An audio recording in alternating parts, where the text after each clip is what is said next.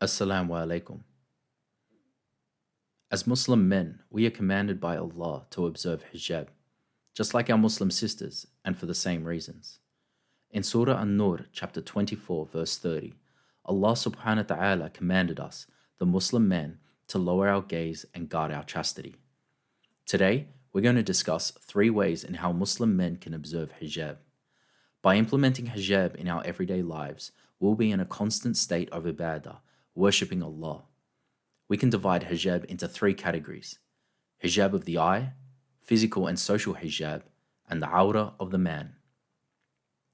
Hijab of the eye, lowering your gaze.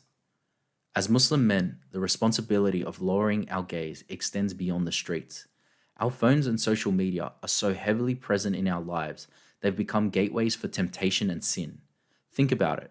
Most of us have our phones in our possession almost 24 hours a day. Let's consider Instagram, a platform where moments of indecency are just a click away. What may seem like a quick glance compounds over time, shaping our perception of modesty. Social media conditions us to accept a low standard of haya or modesty. As Muslims, we cannot tolerate this. The more we expose ourselves to a low standard of modesty online, the more likely our eyes will waver in our everyday lives. For the sake of Allah, take control now. Begin purifying your social media. Unfollow any account showcasing visual haram. Whether it's fitness models or even our well-followed Muslim sisters, ask yourself, does this benefit my deen or my life? Following a non-mahram Muslim woman online should sound as inappropriate as doing so on the street. Let's not allow the digital realm to distort our principles. May Allah protect our Muslim sisters. Brothers, initiate change today. Scrutinize and cleanse your social media accounts. If necessary, start a new account for the sake of Allah and your akhirah. Lower your gaze, my brothers, both digitally and in reality, and may Allah reward your efforts always. Physical and social hijab. To embody hijab as Muslim men, it's crucial to be mindful of our physical and social interactions with women. Despite the challenges in Western society, the decision to uphold Islamic values should be a source of pride. In the professional space, declining physical contact or after-work invitations may initially feel isolating, but it's essential to set personal boundaries. By doing so, you command respect for your faith and identity. Remember, practicing nasiha is essential in Islam. Instead of making public declarations, privately and respectfully inform colleagues about your commitment to modesty. This not only dispels misunderstandings, but also offers an opportunity for da'wah. And it's the same for free mixing, especially in environments like bars which compromise your values.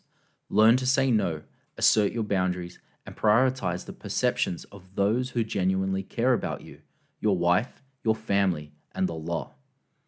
By navigating these situations with confidence, you not only observe hijab, but also engage in an act of worship, earning the blessings of Allah.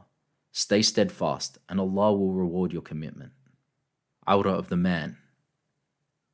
In this final reminder, let's reflect on the importance of guarding our awrah.